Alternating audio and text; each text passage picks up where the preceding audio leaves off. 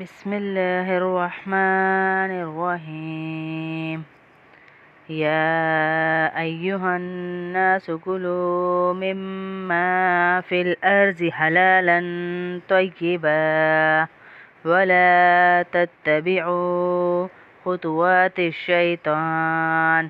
إنه لكم عدو مبين۔ اور جنہوں نے اے لوگوں زمین میں جو حلال اور پاکیزہ چیزیں ہیں وہ کھاؤ اور شیطان کے نقش قدم پر نہ چلو، یقین جانو کہ وہ تمہارے لیے ایک کھلا دشمن ہے۔ یعنی اللہ پاک یہاں پہ بتا رہے ہیں کہ حلال چیزوں کے کہ تم حلال چیزیں کھاؤ، اس سے تمہیں منع نہیں کیا۔ کچھ چیزیں کفار نے اپنے اوپر حرام کر رکھی تھی، ابھی بھی کر رکھی ہیں، جیسے گائے وغیرہ ہے۔ کچھ ویجیٹیرینز ہیں، کچھ کہتے ہیں ہم گائیں ہی نہیں کھاتے، کچھ کہتے ہیں ہم یہ چیز نہیں کھاتے۔ تو اللہ کہہ رہے ہیں جو چیز حلال ہے اس کو اپنے اوپر حرام نہ کرو، جو میں نے حرام کی ہوئی ہے صرف اسی سے اجتناب کر لو، یہی کافی ہے۔ انما جی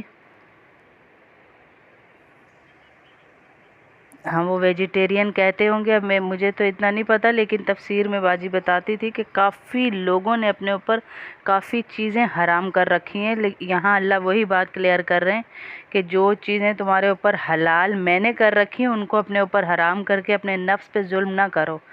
انما یأمرکم بالسوء والفحشاء وَأَن تَقُولُوا عَلَى اللَّهِ مَا لَا تَعْلَمُونَ۔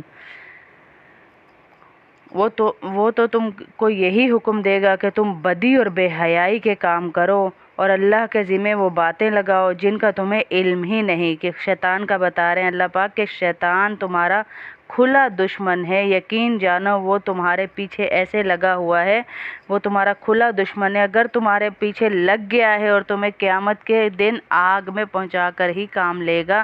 اس لیے میں کہہ رہا ہوں کہ وہ چیزیں جو میں نے کہی ہیں صرف وہ کرو تاکہ تم اپنے مقصد حیات تک پہنچ سکو۔ وَإِذَا قِيلَ لَهُمُ اتَّبِعُوا مَا أَنزَلَ اللَّهُ قَالُوا بَلْ نَتَّبِعُ مَا أَلْفَيْنَا عَلَيْهِ آبَاءَنَا أَوَلَوْ كَانَ آبَاؤُهُمْ لَا يَعْقِلُونَ شَيْئًا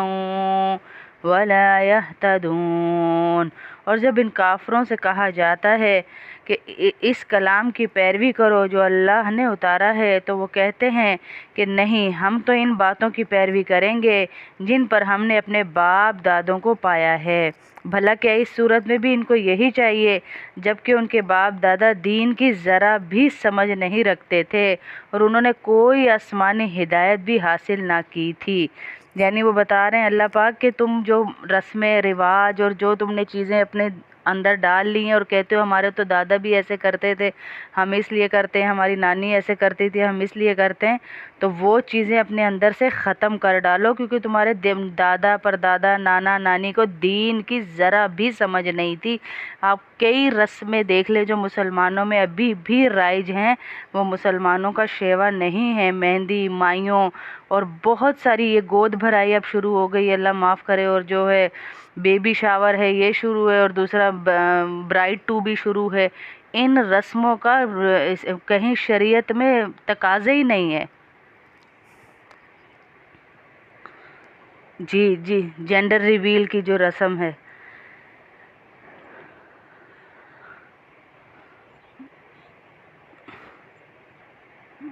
جی اف اللہ دیکھ لیں، اللہ نے کتنے 100 سال پہلے کہا اور بتایا بھی یہ کہ یہ جو رسمیں ہیں یہ جہالت کی رسمیں، مسلمانوں کا اس سے کوئی تعلق نہیں ہے۔ دین شریعت میں ان رسموں کو بالکل خارج کر دیا گیا کہ اور پھر وہ تعویل یہ دیتے تھے نا ہماری طرح کہ دادا کہتے ہیں، نانا کہتے ہیں، پردادا کہتے ہیں، تو اللہ پاک کہہ رہے ہیں تمہارے دادا پردادا کسی کو دین کی ذرا بھی سمجھ نہیں تھی کہ وہ یہ کر سکتے، کیونکہ ان کے دور میں یہ حکم آئے ہی نہیں تھے۔ اس لیے جب دین شریعت آ چکا ہے تو تم یہ چیزیں چھوڑ دو، لیکن بہت ایسی رسمیں ہیں جو ابھی تک ہم لوگوں نے نہیں چھوڑی ہیں، اس پر اللہ پاک ہمیں تنبیہ فرما رہے ہیں۔ وَمَثَلُ الَّذِينَ كَفَرُوا كَمَثَلِ الَّذِي يَنْعِقُ بِمَا لَا يَسْمَعُ إِلَّا دُعَاءً وَنِدَاءً صُمٌّ صم بكم عمي فهم لا يعقلون۔ اور جن لوگوں نے کفر کو اپنا لیا ہے ان کو حق کی دعوت دینے کی مثال کچھ ایسی ہے جیسے کوئی شخص ان جانوروں کو زور زور سے بلائے جو ہانک پکار کے سوا کچھ نہیں سنتے۔ یہ بہرے گونگے اندھے ہیں لہٰذا کچھ نہیں سمجھ سکتے۔ سم بکم عمی فہم لا، یہ والی جو آیت ہے نا اس کا ترجمہ ہے بہرے گونگے اندھے ہیں، ان کو کچھ سمجھ نہیں آئے گی، تم جتنی مرضی دین کی دعوتیں ان کو دے دو یہ تمہاری ایک بات بھی نہیں سنیں گے۔ یا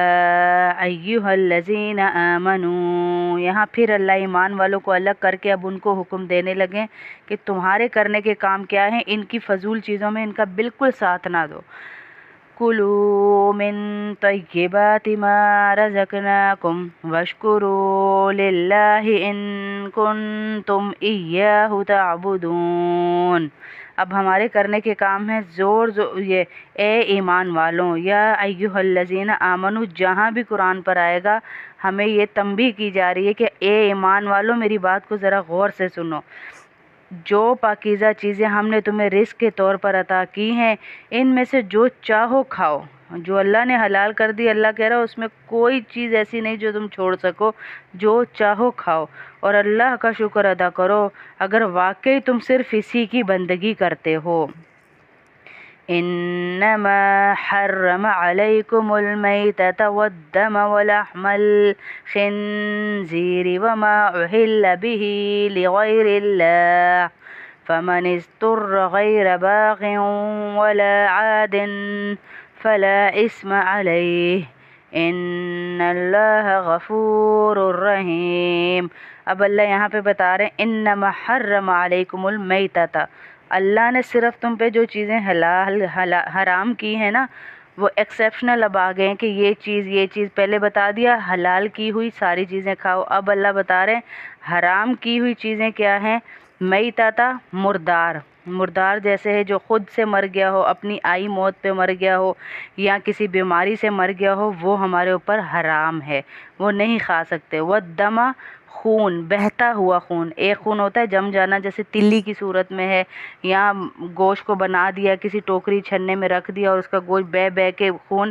آدھا جو ہڈیوں گوشت میں ان میں ہمیں شک کرنے کی ضرورت نہیں ہے، وہ والا خون حرام نہیں ہے، بہتا ہوا خون حرام ہے۔ ولحم الخنزیر، اور خنزیر کا گوشت بھی حرام ہے۔ وما اہل به لغیر اللہ، اور جو اللہ کے غیر اللہ کے نام کا دیا جائے وہ بھی حرام ہے۔ فمن اضطر، ہاں یہ جو بتا رہے ہیں یہ چیزیں بتائی ہیں کہ یہ حرام ہے، لیکن اللہ پاک اب یہاں پہ کہہ رہے ہیں الا، وہ لوگ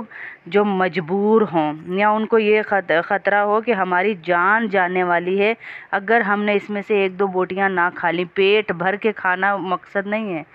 یا اپنی رغبت سے کھانا مقصد نہیں ہے کہ مجھے دل چاہ رہا ہے گوشت کھانے کا تو یار حلال اور حرام گیا میں تو کھا کے رہوں گا، یہ والی بات نہیں۔ جس کی جان جا رہی ہو اس پر یہ چیزیں بھی پھر اللہ نے کہا کہ اس پر کوئی گناہ نہیں اگر وہ یہ کھا لے، اور ان اللہ غفور الرحیم، میں معاف کرنے والا رحیم ہوں، کیونکہ میں اس کے دل کی کیفیت جانتا ہوں۔ جو جان کے کھائے گا اس کو تو میں گناہ دوں گا، لیکن جس کی حالت ہی یہ ہے اس کے گھر میں کوڑی نہیں اور اس نے کئی دنوں سے کھانا نہیں کھایا ہوا بھوکا ہے تو وہ یہ چیزیں بھی کھا سکتا ہے اس کیس میں، لیکن یہ شرطیں ضروری ہیں ساتھ میں۔ اور یہ حرام والی جو کہا اللہ نے میتۃ، جو مر گیا ہو، جو خود سے مر گیا ہو، جس کو ذبح نہ کیا گیا ہو، یا جس کو جیسے کفار کے ممالک میں یہ بھی ہے کہ انہوں نے مشینیں رکھی ہوئی ہیں جانور آگے آگے کرتے ہیں اور ایک ہی جھٹکے سے مار دیتے ہیں، وہ بھی حرام ہے کیونکہ اس کا خون نہیں بہتا، اس کا خون نکل کر باہر کی طرف نہیں آتا، تو وہ بھی حرام ہے مسلمانوں کے لیے، وہ بھی نہیں کھائیں گے، اس لیے اس کا بھی منع فرما دیا۔ ان الذين يكتمون ما انزل الله من الكتاب ويشترون به ثمنا قليلا اولئك ما يأكلون في بطونهم إلا النار ولا يكلمهم الله يوم القيامة ولا يزكيهم وَلَهُمْ عَذَابٌ أَلِيمٌ۔ اس نے تو تمہارے لیے بس مردار جانور، خون اور سور کو حرام کیا ہے، یعنی صرف مردار جانور، خون اور سور، نیز وہ جانور جس پر اللہ کے سوا کسی اور کا نام پکارا جائے۔ یہ پچھلے کی آیت کا ترجمہ کر رہی ہوں، پہلے آپ کو لفظی بتایا تھا نا، اب اس کا ترجمہ کر رہی ہوں۔ کسی کا نام پکارا جائے، ہاں اگر کوئی شخص انتہائی مجبوری کی حالت میں اور ان چیزوں میں سے کچھ کھا لے جبکہ اس کا مقصد لذت حاصل کرنا نہ ہو، صرف ضرورت سے حد سے آگے بڑھے گا تو اس پر کوئی گناہ نہیں۔ اگر حد سے آگے بڑھ گیا تو پھر میں جانتا ہوں اور وہ جانتا ہے، میں اس کے دل کی حالت کو جانتا ہوں، لیکن ضرورت اور مجبوری میں یہ کھا سکتا ہے۔ حقیقت یہ ہے کہ جو لوگ اللہ کی نازل کی ہوئی کتاب کو چھپاتے ہیں، اس کے بدلے تھوڑی سی قیمت وصول کر لیتے ہیں، وہ اپنے پیٹ میں آگ کے سوا کچھ نہیں بھر رہے۔ قیامت کے دن اللہ ان سے بھی کلام نہیں کرے گا، یعنی اللہ کو اتنا غصہ ہوگا کہ اللہ ان سے بات ہی نہیں کرے گا۔ ان الذین یکتمون ما انزل اللہ من الکتاب وَيَشْتَرُونَ بِهِ ثَمَنًا قَلِيلًا، یہ والی جو آیت پڑھی ہے نا پوری ہم نے، بطونہم کا مطلب ہے اپنے پیٹوں میں کیا جمع کر رہے ہیں، الا النار، آگ کے علاوہ وہ کچھ نہیں جمع کر رہے اپنے پیٹوں میں، صرف آگ ہی جمع کر رہے ہیں۔ اور اللہ کا ان کے اوپر اتنا غصہ ہوگا قیامت والے دن، وَلَا يُكَلِّمُهُمُ اللَّهُ يَوْمَ الْقِيَامَةِ، اللہ ان سے بات ہی نہیں کریں گے، اللہ کو اتنا غصہ ہوگا، اور نہ ان کو پاک کریں گے، اور ان کے لیے دردناک عذاب ہے۔ ان کو اللہ پاک بھی نہیں کریں گے، غصہ بھی ہوگا، اور اللہ رب العزت ان کی طرف دیکھیں گے بھی نہیں، کیونکہ انہوں نے اللہ کی کتاب میں جو باتیں بتائی گئی تھی ان کو چھپایا اور تھوڑی سی قیمت پہ اپنا دین ہی بیچ ڈالا۔ آج بھی یہی ہو رہا ہے، جس طرح کا فتویٰ آپ کو چاہیے وہ فتویٰ آپ کو کسی بھی اپنے من پسند اس سے مل جائے گا۔ کتنے لوگوں میں ہم نے دیکھا، یہ اللہ معاف کرے، یہ کر رہے ہیں اب کہ فتوے اپنے من پسند مولویوں سے خرید کے لے رہے ہیں، اور مسجدیں اپنی اپنی رکھی ہوئی ہیں، یہ میرا فتویٰ دے دے گا، یہ میرا دے دے گا۔ تو اللہ کہہ رہے ہیں ان بندوں کو میں قیامت والے دن دیکھوں گا بھی نہیں، اتنا غصہ مجھ پہ ہوگا، اور مجھے ان پر ہوگا، اور میں ان کو عذاب بھی دوں گا۔ اولئک الذین اشتروا الضلالة بالهدى والعذاب بالمغفرة فما اصبرهم على النار، یہ وہ لوگ ہیں جنہوں نے ہدایت کے بدلے گمراہی اور مغفرت کے بدلے عذاب کی خریداری کر ڈالی۔ چنانچہ اندازہ کرو یہ دوزخ کی آگ سہنے کے لیے کتنے تیار ہیں۔ اصبرہم یعنی اللہ کہہ رہے ہیں ان کے کتنے حوصلے ہیں، کتنا حوصلہ رکھ رہے ہیں یہ کہ میرے عذاب کی میں وعیدیں سنا رہا ہوں ان کو، لیکن ان کے اوپر کوئی اثر نہیں ہو رہا، اور یہ تیار ہیں اس کے لیے۔ ذَلِكَ بِأَنَّ اللَّهَ نَزَّلَ الْكِتَابَ بِالْحَقِّ وَإِنَّ الَّذِينَ اخْتَلَفُوا فِي الْكِتَابِ لَفِي شِقَاقٍ بَعِيدٍ، یہ سب کچھ اس لیے ہوگا کہ اللہ نے حق پر مشتمل کتاب اتاری ہے، اور جن لوگوں نے ایسی کتاب کے بارے میں مخالفت کا رویہ اختیار کیا ہے وہ ضدی اور سراسر ضدی ہیں اور بہت دور نکل گئے ہیں، کہ شقاق بعید بہت ضدی لوگ ہیں اور دور نکل گئے ہیں دین سے۔ بس ان کا کام کیا ہے، صرف اللہ رب العزت کے دین کے بارے میں لوگوں کے دلوں میں شکوک و شبہات ڈالنا کہ یہ یوں نہیں، یہ یوں ہے، یہ یوں نہیں، یہ یوں ہے۔ اب عام بندہ آج کے دور میں بھی اتنا سخت پریشان ہے کہ میں کس مولوی کی بات مانوں اور کس کی نہ مانوں، ایک کچھ کہتا ہے، ایک کچھ کہتا ہے، ایک کچھ کہتا ہے، بیچارہ عام بندہ پریشان ہو چکا ہے۔ تو یہ اسی میں بات ہو رہی ہے کہ انہوں نے لوگوں کو پریشان کر ڈالا ہے اور ضد اور ہٹ دھرمی پہ اتر گئے، ورنہ اللہ کا دین تو بڑا سیدھا سادہ ہے۔ آنٹی آواز آ رہی ہے آپ کو؟ یہ مائک اتر گیا تھا، میں سمجھی شاید ہلکا پڑھ رہی ہوں، اصل میں اس لیے ٹھیک۔ لیس البر ان تولوا وجوہکم قبل المشرق والمغرب ولکن البر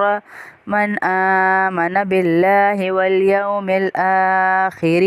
والملائکۃ والکتاب والنبیین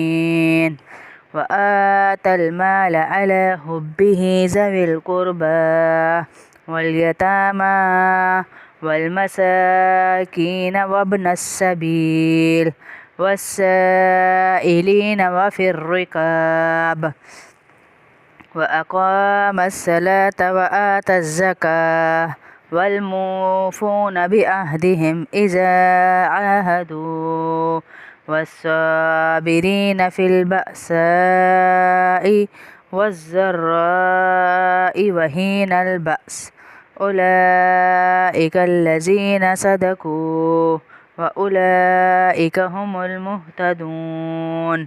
اب یہاں پر بہت بڑا نیکی کا اللہ پاک ہمیں بتانے لگے ہیں کہ نیکی اصل میں ہے کیا۔ جو تم نیکی سمجھ رہے ہو، نیکی کے کاموں کو سمجھ رہے ہو، وہ نیکی ہے بھی یا نہیں ہے؟ اصل میں اللہ کی نظر میں نیکی کیا ہے؟ ہمارے سجدے تھے بار بار ٹھونگے مارنا، یا ہر وقت جو ہے نماز کی حالت میں رہنا، ہر وقت تسبیح ہاتھ میں پکڑنا، پردے کرنا، اللہ بتا رہے میری نظر میں نیکی کیا ہے۔ لیس البر ان تولوا وجوہکم، کہ یہ سب کچھ اس لیے یہ نیکی کیا ہے؟ نیکی بس یہی تو نہیں کہ اپنے چہرے مشرق یا مغرب کی طرف کر لو، بلکہ نیکی یہ ہے کہ لوگ اللہ پر، آخرت کے دن پر، فرشتوں پر اور اللہ کی کتابوں اور اس کے نبیوں پر ایمان لائیں۔ یہ چار چیزیں اللہ نے بتا دیں، جو ایک یونٹ یہ تین چیزوں کا بنتا ہے۔ سب سے پہلے کہ اللہ پر ایمان لانا ہے، ہمیں آخرت کے دن پر ایمان لانا ہے، اس کے انبیاء پر لانا ہے۔ اس کے بعد ہمارا کام کیا ہے؟ فرشتہ لایا دین، کتاب بن گئی، والملائکۃ فرشتہ، والکتاب والنبیین، کہ فرشتہ دین لایا، اسے کتاب بنایا گیا اور اس کتاب کو نبیوں پر نازل کیا گیا۔ اصل دین یہ ہے۔ پھر اللہ پاک کہہ رہے ہیں اب تم جب اس پورے پیرامیٹر پہ پورے اتر گئے ہو نا، کہ تم مجھ پہ ایمان لے آئے، میرے نبیوں پہ لے آئے، قیامت کے دن پر لے آئے، تو اب فرشتوں کے لائے ہوئے دین کے اوپر تمہیں ایمان لانا پڑے گا، کیونکہ وہ میری کتاب، میری وحی لے کر انبیاء کے پاس جاتے ہیں۔ وَآتَ الْمَالَ عَلَى حُبِّهِ، اب ہم زندہ لوگوں کے لیے جو ایک بہت بڑا اللہ کا حکم ہے کہ جو مال ہے تمہارے پاس، جو تمہیں میں نے دیا ہے، اور اللہ کی محبت میں اپنا مال رشتہ داروں، یتیموں، مسکینوں، مسافروں اور سائلوں کو دیں، کہ عبادات کے انبار لگا دینا اللہ کہہ رہا ہے نیکی نہیں ہے۔ کہ عبادتوں کے جیسے بتایا تھا نا، مفلس وہ ہے جو نیکیوں کے پہاڑ لائے گا لیکن کسی کے ساتھ برائی، کسی کے ساتھ دغا، کسی کے ساتھ کچھ۔ اللہ کہہ رہا ہے میرے نزدیک نیکی یہ ہے کہ تم ان لوگوں کی مدد کرو اس مال میں سے جو تمہیں بڑا محبوب ہے، مسکینوں کی، مسافروں کی، یتیموں کی، اپنے رشتہ داروں کی، سائلوں کی، اور غلام کو آزاد کرانے میں خرچ کرنے والوں کی، اور نماز اب آ رہی ہے۔ اب یہاں پہ سارے یہ حکم دے کے دیکھ لیں، اللہ اس مال کو خرچ کرنے کا حکم دینے کے بعد اب آ رہی ہے نماز کے وَأَقَامَ الصَّلَاةَ وَآتَى الزَّكَاةَ، جس کے اوپر ہم نے نیکی پہ زور دیا ہوا ہے کہ ہم نیک لوگ ہیں تو ہم نمازی ہونے چاہیے۔ سارا کچھ پیچھے بتا کے اللہ کہ یہ کرنا ہے تب نماز تک پہنچو گے، ورنہ تمہاری نمازیں بھی اوپر نہیں چڑھیں گی۔ کہ لوگوں کے ہمارے نیکی کا یہ معیار اللہ نے رکھا ہے کہ جب تم کسی کو دکھ میں دیکھو اور تمہارا دل ذرا سا نہ ہلے، کسی کو بھوکا دیکھ رہے، کسی کو پریشان دیکھ رہے ہو، تو تم دیندار تو ضرور ہو سکتے ہو، نمازی تو ضرور ہو سکتے ہو، مگر ایمان کے اس لیول تک نہیں پہنچے جو مجھے چاہیے۔ تمہارا دل فوراً سے ہل جانا چاہیے کہ میں بھوکی رہ لوں، فلانے کو کھلا دوں، میں اپنی پریشانی بھول جاؤں اور دوسرے کی پریشانی دور کر دوں۔ نیکی کو یہ اللہ نے معیار نیکی کا بتایا ہے۔ اب یہاں اتنے حکموں کے بعد اللہ نماز کا دے رہے ہیں، وَالْمُوفُونَ بِعَهْدِهِمْ إِذَا عَاهَدُوا، پھر اللہ کہہ رہے ہیں جب یہ سب کر لو، جب کوئی مجھ سے عہد کرو تو اسے پورا ضرور کرو، تو اپنے عہد کو پورا کرنے کے عادی ہوں، اور تنگی اور تکلیف میں نیز جنگ کے وقت صبر کریں، استقلال کے خوگر ہوں، ایسے لوگ ہیں جو سچے کہلانے کے مستحق ہیں۔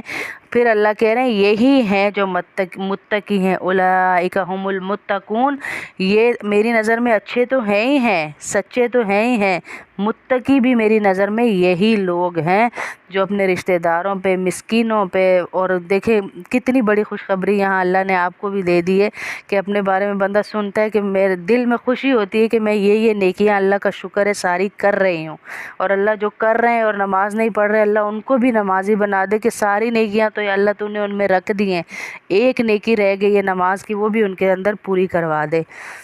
یا ایھا الذین آمنوا کتب علیکم القصاص فی القتلی، الحر بالحر والعبد بالعبد والأنثى بالأنثى فمن عفي له من أخيه شيء فاتباع بالمعروف وأداء إليه بإحسان ذلك تخفيف من ربكم ورحمة فمن اعتدى بعد ذلك فله عذاب علیم۔ اے ایمان والوں، دوبارہ اللہ کہہ رہا ہے یا ایھا الذین آمنو، اے ایمان والوں، جو لوگ جان بوجھ کر ناحق قتل کر دیے جائیں ان کے بارے میں تم پر قصاص کا حکم فرض کر دیا گیا ہے۔ آزاد کے بدلے آزاد، غلام کے بدلے غلام اور عورت کے بدلے عورت ہی کو قتل کیا جائے۔ یعنی کیا کہہ رہے ہیں، اللہ نے حکم دیا، قصاص کا مطلب ہے برابر کا بدلہ لینا۔ یہاں اللہ قصاص کا حکم دے رہے ہیں۔ اس آیت میں حکم دیا گیا کہ اگر کسی شخص کو جان بوجھ کر قتل کرنا حق قتل کر دیا ہے اور قاتل کا جرم ثابت بھی ہو جائے تو مقتول کے وارث کو حق حاصل ہے کہ وہ قاتل سے قصاص کا مطالبہ کرے۔ وہ کر سکتا ہے، اس کو یہ حق ہے۔ ہم یہ نہیں کہیں گے وہ بہت ظالم ہے، چلو اس کا تو مر ہی گیا تھا، دوسروں کو تو بخش دیتا۔ پھر آگے اللہ یہ بھی بتا رہے کہ جاہلیت کے زمانے میں اگرچہ قصاص تو لیا جاتا تھا لیکن اس میں ناانصافی یہ تھی کہ انہوں نے مختلف انسانوں کے جو درجے اپنے خیال میں مقرر کر رکھے تھے، ان کے لحاظ سے اگر نچلے درجے کے کسی شخص نے اونچے درجے کے کسی آدمی کو قتل کر دیا تو ورثہ کا مطالبہ یہ ہوتا تھا قاتل کے بجائے اس کے قبیلے کے کسی دوسرے آدمی کو قتل کیا جائے جو رتبے میں مقتول کے برابر ہو۔ چنانچہ اگر ایک غلام نے کسی آزاد آدمی کو قتل کر دیا تو مطالبہ یہ ہوتا تھا کہ آزاد کو لایا جائے۔ تو اللہ نے یہاں وہ بات کلیئر کر دی کہ عورت کے بدلے عورت، آزاد کے بدلے آزاد، غلام کے بدلے غلام، تم اپنی مرضی سے نہیں کر سکتے، میرا حکم یہاں پر صادر ہے، اسی کے مطابق تم چلو گے۔ اس کے برعکس اگر قاتل مقتول سے اوپر کے درجے کا ہو تو مثلاً قاتل مرد ہو اور مقتول عورت، تو قاتل کا قبیلہ کہتا تھا کہ ہماری کسی عورت کو قتل کر دو، قاتل مرد سے قصاص نہیں لیا جائے گا۔ یہ زمانے جاہلیت میں تھا، اللہ نے یہ حکم باطل کر دیا وہاں پر جا کر۔ وَلَكُمْ فِي الْقِصَاصِ حَيَاةٌ يَا أُولِي الْأَلْبَابِ لَعَلَّكُمْ تَتَّقُونَ۔ اور اے عقل رکھنے والوں، تمہارے لیے قصاص میں زندگی کا سامان ہے، امید کہ تم اس کے خلاف ورزی سے بچو گے۔ امید کرتا ہوں، اللہ کہہ رہے ہیں کہ تم اس کی خلاف ورزی سے بچو گے۔ بنی اسرائیل کے قانون میں قصاص تو تھا لیکن قتل عمد کے صورت میں دیت یا خون بہا کا کوئی تصور نہیں تھا، یعنی وہ چھوڑنے پہ بھی قادر تھے، وہ اس چیز پہ بھی۔ تو اللہ نے یہاں وہ والا حکم ہمارے لیے صادر کر دیا۔ کتب علیکم اذا حضر احدکم الموت ان ترک خیرا الوصیۃ للوالدین والاقربین بالمعروف حقا علی المتقین۔ تم پر فرض کیا گیا ہے کہ اگر تم میں سے کوئی اپنے پیچھے مال چھوڑ کر جانے والا ہو تو جب اس کی موت کا وقت قریب آ جائے وہ اپنے والدین اور قریبی رشتہ داروں کے حق میں دستور کے مطابق وصیت کر دے۔ یعنی کوئی مال ہے تو اس کی وصیت کرنا بھی دیکھ لیں، اللہ رب العزت نے قرآن میں حکم دیا کہ وہ کر سکتا ہے۔ یہ متقی لوگوں کے ذمہ ایک لازمی حق ہے۔ فَمَن بَدَّلَهُ بَعْدَ مَا سَمِعَهُ فَإِنَّمَا إِثْمُهُ عَلَى الَّذِينَ يُبَدِّلُونَهُ إِنَّ اللَّهَ سَمِيعٌ عَلِيمٌ۔ جو شخص اس وصیت کو سننے کے بعد اس میں کوئی تبدیلی کرے گا تو اس کا گناہ ان لوگوں پر ہوگا جو اس میں تبدیلی کریں گے۔ یقین رکھو کہ اللہ سب کچھ سنتا ہے۔ اب کتنے ایسے لوگ ہیں ہماری اپنی فیملیز میں جن کے سامنے ہزارہا وصیتیں کی گئیں، بزرگوں نے کی وصیتیں کہ یہ بات میرے جانے کے بعد ایسی ہو جائے، یہ زمین کا ٹکڑا میری فلانی بیٹی کا ہے، بیٹے کا ہے، لیکن انہوں نے اس بات کو گول تروڑ مروڑ کے اپنے حق میں کر لیا اور وصیت کو چھپا دیا۔ تو یہاں اللہ پاک کہہ رہے ہیں کہ کوئی تبدیلی کرنا بہت بڑے گناہ کی بات ہے، یہ نہیں کرنا چاہیے۔ یعنی جن لوگوں نے مرنے والے کی زبان سے کوئی وصیت سنی ہو ان کو ہرگز نہیں چاہیے کہ وہ اس میں کوئی تبدیلی کریں، کمی بیشی کریں، اس کے بجائے ان کی وصیت پر عمل کرنا واجب ہے ان کے اوپر۔ فمن خاف من موص جنفا أو إثما فأصلح بينهم فلا إثم عليه إن الله غفور رحیم۔ ہاں، اگر کسی شخص کو یہ اندیشہ ہو کہ کوئی وصیت کرنے والے بے جا طرفداری یا گناہ کا ارتکاب کر رہا ہے اور وہ متعلقہ آدمیوں کے درمیان صلح کرا دے تو اس پر کوئی گناہ نہیں، بے شک اللہ تعالیٰ بخشنے والا مہربان ہے۔ مطلب یہ کہ اگر کوئی وصیت کرنے والا ناانصافی سے کام لے اور کوئی اسے سمجھا بجھا کر اپنے وصیت میں مرنے سے پہلے ہی تبدیلی کروا دے تو اس میں کوئی گناہ نہیں ہے، یہ جائز ہے، یہ کر سکتے ہیں کہ ابو جی ایسے نہیں، ایسے ہو جاتا، فلانے کا حق کھایا جا رہا ہے، فلانے کا مر رہا ہے، بڑا بھائی ہے، چھوٹی بہن ہے، چھوٹا بھائی ہے، تو سمجھا دینے سے کوئی گناہ نہیں ہے، سمجھا سکتے ہیں، آپس میں بات کر کے یہ وصیت تبدیل زندگی میں کر سکتے ہیں، ابھی جب کروا رہا ہے وہ وصیت اس وقت کر سکتے ہیں۔ کتب علی الذین من قبلکم لعلکم تتقون۔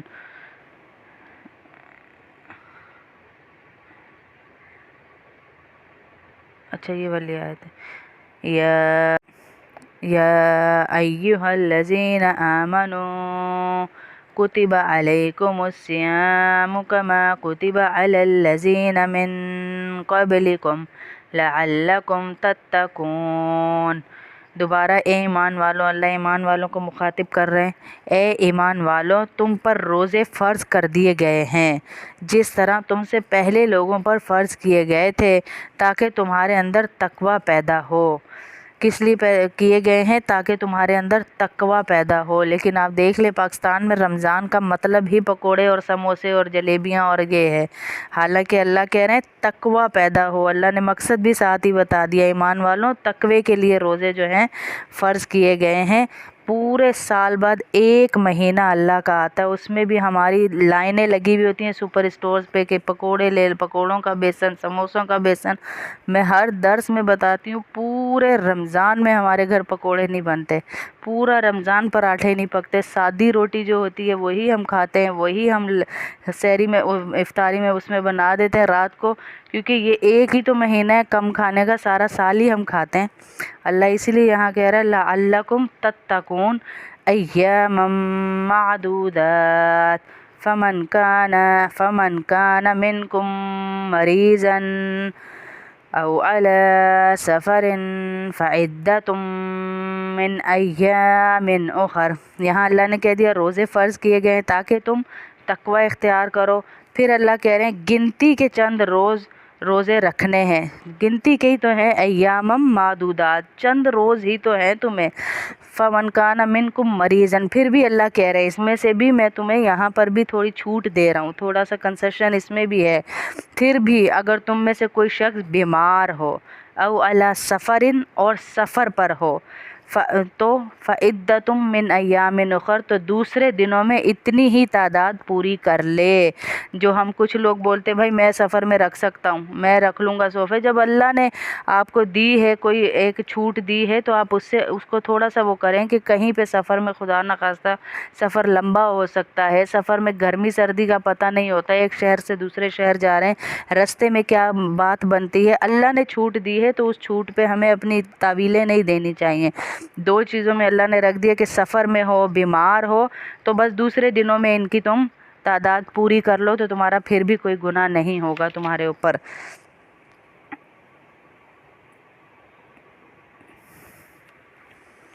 وعلى الذين يطيقونه فدية طعام مسكين فمن تطوع خيرا فهو خير له وأن تصوموا خير لكم إن كنتم تعلمون۔ اور جو لوگ اس کی طاقت رکھتے ہیں وہ ایک مسکین کو کھانا کھلا کر روزے کا فدیہ ادا کر دیں۔ اس کے علاوہ اگر کوئی شخص اپنی خوشی سے کوئی نیکی کرے تو یہ اس کے حق میں بہتر ہے، اور اگر تم کو سمجھ ہو تو روزے رکھنے میں تمہارے لیے زیادہ بہتری ہے۔ یعنی روزہ رکھنا ہمارے اندر کے سسٹم کے لیے جتنا اچھا ہے یہ ہم سمجھ ہی نہیں سکتے۔ کہ ایک انڈین لڑکی گئی تھی اور اس نے بہت بڑی ریسرچر تھی، تو اس نے بتایا کہ میرے پاس کینسر کی ایک کیور ہے جو کسی کو نہیں پتہ۔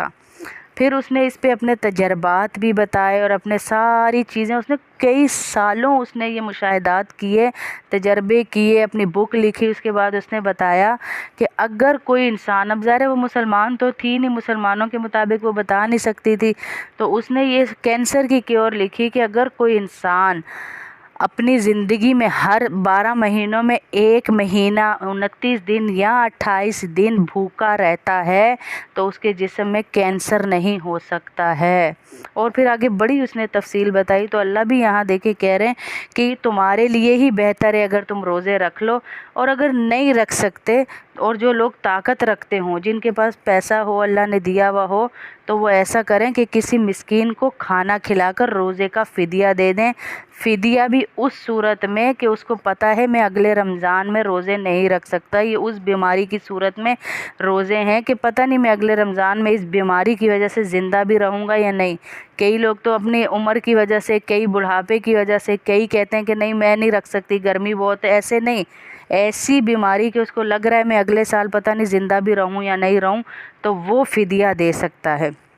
شروع میں جب روزے فرض کیے گئے تو یہ آسانی بھی کر دی گئی کہ اگر کوئی شخص روزے رکھنے کے بجائے فدیہ ادا کر دے تو یہ بھی جائز ہے کہ بیماری میں ایسے نہیں دے سکتا کہ میں اگلے سال رکھ سکتا ہوں پھر بھی دے دوں۔ نہایت کوئی اتنا بوڑھا ہے وہ بھی دے سکتا ہے فدیہ، کہ روزے رکھنے کی اس بیچارے کے اندر طاقت ہی نہیں ہے لیکن اللہ نے مال دیا ہوا تو وہ فدیہ دے سکتا ہے، اللہ نے یہ چھوٹ رکھی ہے۔ شہر رمضان الذی انزل فیہ القرآن انزل فیہ القرآن ھدی للناس وبینات من الھدی والفرقان فمن شہد منکم الشہر فلیصم ومن کان مریضا او علی سفر فعدۃ من ایام اخر یرید اللہ بکم الیسر ولا یرید بکم العسر وَلِتُكْمِلُوا الْعِدَّةَ وَلِتُكَبِّرُوا اللَّهَ عَلَى مَا هَدَاكُمْ وَلَعَلَّكُمْ تَشْكُرُونَ۔ رمضان کا وہ مہینہ ہے جس میں قرآن نازل کیا گیا جو لوگوں کے لیے سراپا ہدایت ہے اور ایسی روشن نشانیوں کا حامل ہے جو صحیح راستہ دکھاتی ہیں اور حق و باطل کے درمیان 2 ٹوک فیصلہ کر دیتی ہیں، یعنی کوئی غلط فیصلہ نہیں قرآن کی آیات کرتی، حق اور باطل کو کھول کے رکھ دیتی ہے، 2 ٹوک فیصلہ کر دیتی ہیں۔ لہٰذا تم میں سے جو شخص بھی یہ مہینہ پائے وہ اس میں ضرور روزے رکھے، اور اگر کوئی شخص بیمار ہو یا سفر میں ہو یا دوسرے دنوں میں اتنی ہی تعداد پوری کر لے۔ اللہ تمہارے ساتھ آسانی کا معاملہ کرنا چاہتے ہیں اور تمہارے لیے مشکل پیدا نہیں کرنا چاہتے تاکہ تم روزوں کی گنتی پوری کر لو، باقی دنوں میں کر لو، یعنی کوئی مشکل نہیں ہے کہ روزے ہیں تو میں کہیں جاؤں ہی نہ، کیونکہ رمضان میں بھی سفر کرنا پڑ جاتا ہے بعضوں کا، تو اللہ نے آسانیاں رکھ دیں۔ اور اللہ نے تمہیں جو راہ دکھائی ہے اس پر اللہ کی تکبیر کہو اور تاکہ تم شکر گزار بنو۔ اللہ کی تکبیر کہو کا مطلب ہے لطیف اشارہ ان تکبیرات کی طرف بھی ہے جو رمضان کے فوراً بعد عید کی نماز میں کہی جاتی ہیں۔ اس سے بھی یہ بھی کہہ سکتے ہیں کہ کسی کو خیال ہو سکتا تھا کہ رمضان گزرنے کے بعد شاید اللہ تعالیٰ سے وہ قرب باقی نہ رہے جو مبارک مہینے میں تھا، اس آیت نے اس خیال کی تردید کر دی کہ اللہ تعالیٰ ہر آن اپنے بندوں کے قریب ہے، ان کی پکار سنتا ہے۔ وَإِذَا سَأَلَكَ عِبَادِي أَنِّي فَإِنِّي قَرِيبٌ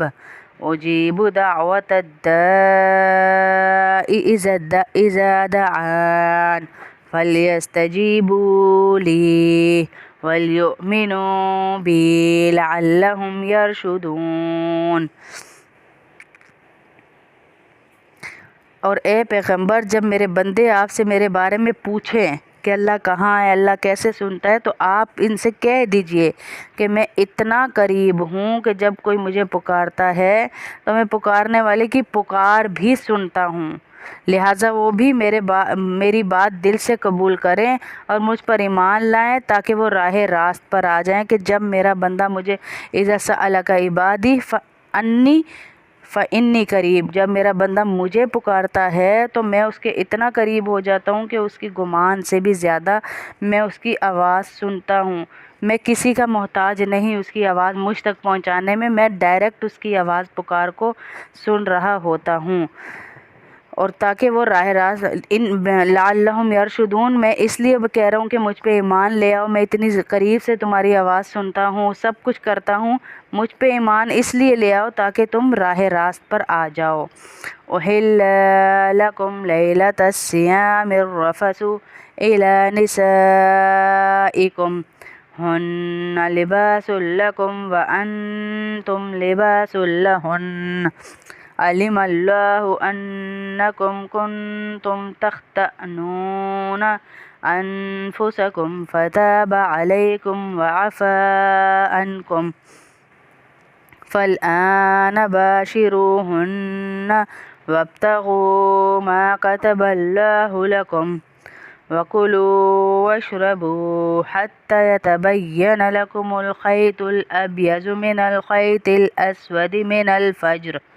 ثُمَّ أَتِمُّوا الصِّيَامَ إِلَى اللَّيْلِ وَلَا تُبَاشِرُوهُنَّ وَأَنْتُمْ عَاكِفُونَ فِي الْمَسَاجِدِ تِلْكَ حُدُودُ اللَّهِ فَلَا تَقْرَبُوهَا كَذَلِكَ يُبَيِّنُ اللَّهُ آيَاتِهِ لِلنَّاسِ لَعَلَّهُمْ يَتَّقُونَ وَلَا تَأْكُلُوا أَمْوَالَكُمْ بَيْنَكُمْ بِالْبَاطِلِ وَتُدْلُوا بِهَا إِلَى الْحُكَّامِ لِتَأْكُلُوا فَرِيقًا مِّنْ أَمْوَالِ النَّاسِ بِالْإِثْمِ وَأَنْتُمْ تَعْلَمُونَ۔ تمہارے لیے حلال کر دیا گیا ہے کہ روزوں کی رات میں تم اپنی بیویوں سے بے تکلف صحبت کرو، وہ تمہارے لیے لباس ہیں اور تم ان کے لیے لباس ہو۔ اللہ کو علم تھا کہ تم اپنے آپ سے خیانت کر رہے تھے، پھر اس نے تم پر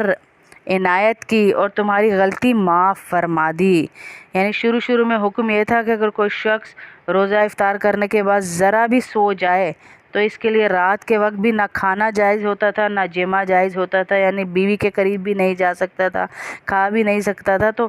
وہ حکم کی خلاف ورزی چھپ چھپ کر رہے تھے۔ اس حکم کی خلاف ورزی سرزد ہوئی اور انہیں رات کے وقت اپنی بیویوں کے پاس بھی گئے اور انہوں نے یہ بھی کیا کہ کھا بھی لیتے تھے چھپ چھپ کر۔ تو اللہ نے کہا میں نہیں چاہتا کہ تم اپنے جسموں اپنی جانوں پہ ظلم کرو، اس لیے حکم دے دیا کہ ساری رات کھاؤ اور صبح پھر روزہ رکھو، اور جو کچھ اللہ نے تمہارے لیے لکھ رکھا ہے اسے طلب کرو اللہ سے۔ اس کا مطلب اکثر مفسرین یہ بتاتے ہیں کہ طلب کرو کا مطلب یہ ہے کہ بیوی سے جمع کرنے میں وہ اولاد حاصل کرنے کی نیت رکھنی چاہیے جو اللہ نے تقدیر میں لکھ دی ہے۔ یہ نہیں کہ بیٹی ملے بیٹا ملے، جو تقدیر میں ہے اللہ سے دعا کریں کہ اللہ نیک ہو،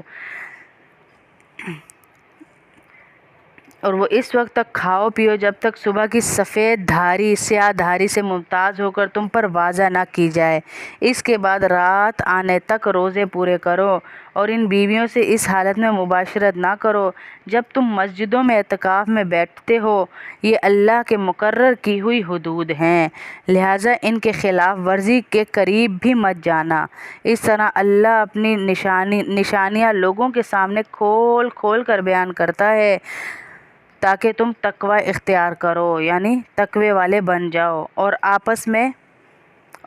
ایک دوسرے کا مال ناحق طریقوں سے نہ کھاؤ، اور نہ ان کا مقدمہ حاکموں کے پاس اس غرض سے لے کے جاؤ کہ لوگوں کے مال کا کوئی حصہ تم ہڑپ سکو۔ یہ گناہ کی بات ہے۔ اللہ پاک کہہ رہے ہیں جو تم نے حرکتیں اختیار کر لی ہیں یہ گناہ کی بات ہیں۔ لوگوں کے مال ہڑپ کرنا، لوگوں سے لے کے